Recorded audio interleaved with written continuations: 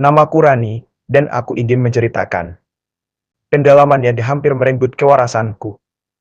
Semua bermula ketika aku ditugaskan untuk menginap di luar kota karena urusan pekerjaan.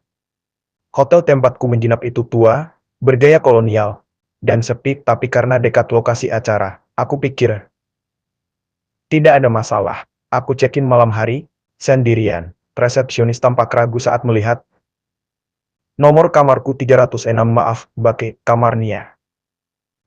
Agak lama tidak dipakai, tapi sudah kami bersihkan, katanya sambil tersenyum ke aku. Aku cuma mengganggu, aku terlalu lelah untuk peduli. Kamar yang terlalu dingin. Begitu masuk ke kamar 306, perasaan tidak nyaman.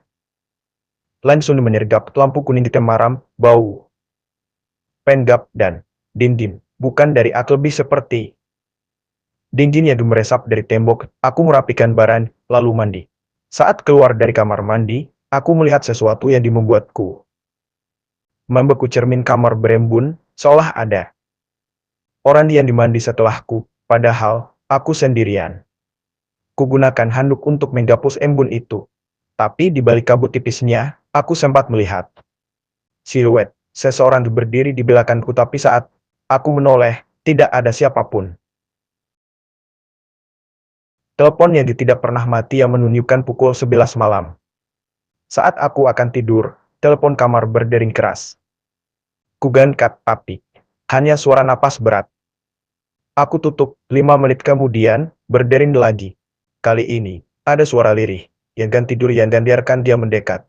Aku menutup telepon itu dan panik, tapi kali ini, aku merasa ada sesuatu di kamar ini seperti tatapan dari sudut ruangan. Aku ambil jaket dan bergegas turun ke lobi.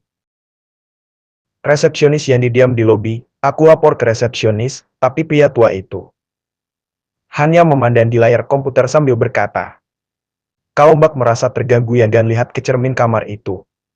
Aku terdiam. "Apa maksudnya, Pak?" Tanya aku. Dia hanya menjawab pelan. "Sudah banyak yang diminta temani dari kamar 306. Jantungku berdetak makin cepat. Arwah dalam cermin. Aku nekat kembali ke kamar, tapi kukunci semua pintu dan menutup cermin dengan spray. Namun tengah malam, suara kereta dorong Tusukeping terdengar di loronggi. Padahal aku yakin, staf tidak bekerja jam segitu. Lalu ada ketukan pelan di pintu. Tok, tok, tok. Aku diam, ketukan makin kencang. Tok, tok, tok. Tiba-tiba cerminnya ditertutup. Itu ya tuh sendiri, Ke. Lantai memperlihatkan pantulan kamar, dan di dalam pantulan itu ada perempuan berdiri di sudut ruangan, rambut menutupi wajah, tubuh pucat, dan tangan berlumuran darah. Tapi saat aku melihat langsung ke sudut itu, tidak ada siapapun. Catatan terakhir panik, aku buka laci Mia. Di dalamnya, ada sebuah buku harian robek. Hanya satu halaman tersisa. Aku tak bisa keluar. Dia tidak membiarkanku tidur. Aku sudah mencoba kabur, tapi setiap malam, aku kembali ke kamar ini. Kalau kau membaca ini, dan biarkan dia menyentuhmu. Tiba-tiba, lampu kamar padam. Dan dalam gelap, aku mendengar suara langkah lembut mendekat ke arahku. Aku meraba-raba, mencoba membuka pintu kamar. Terkunci dari dalam. Lalu suara napas itu muncul lagi, tepat di belakang di telingaku. Padian salah. Aku terbangun di lobi hotel. Resepsionis memandangiku dengan heran. "Mbak, dari mana? Kami tak pernah kasih kamar." 306 seak. Insiden itu, aku menunjuk ke arah lift. "Tapi semalam saya tidur di sana."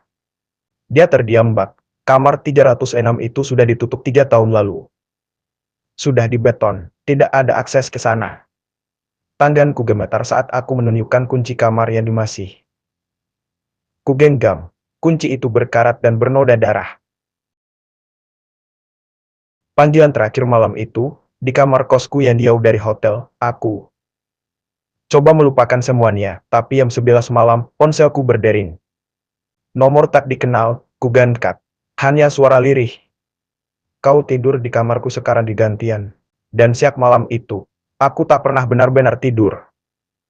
Karena di setiap cermin, aku lihat dia makin dekat.